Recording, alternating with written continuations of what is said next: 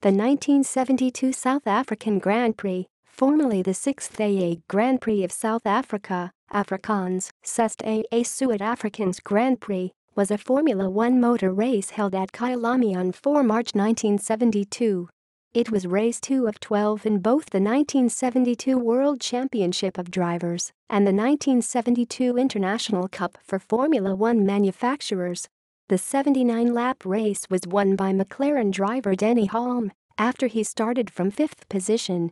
Emerson Fittipaldi finished second for the Lotus team and McLaren driver Peter Revson came in third.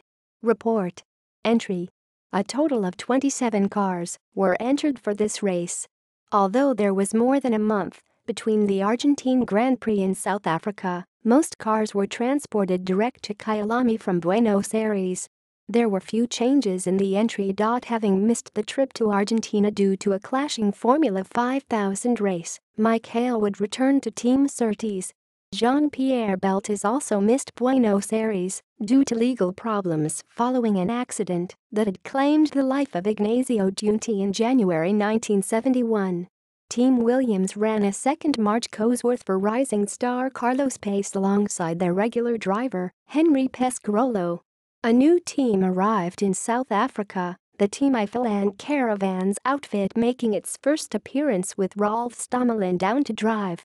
As usual for Kyalami, the field was bolstered by local entries, Dave Charlton in a Lucky Strike-sponsored Lotus 72D, and pair of cars from Team Gunston for John Love, Surtees TS9, and Willie Ferguson, Brabham BT33.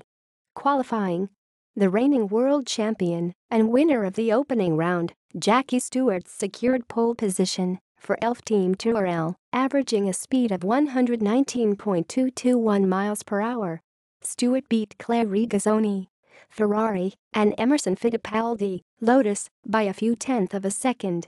Mike Hailwood was next up on the second row, joined by Denny Hulme in his McLaren M19A. A pair of Ferrari 312B2 were on row 3, with Mario Andretti ahead of Jackie X.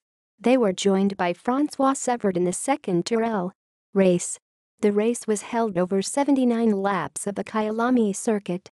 At the start, Denny Hulme briefly held the lead before Jackie Stewart moved ahead. Meanwhile, Claire Regazzoni had a bad getaway and was back in the midfield.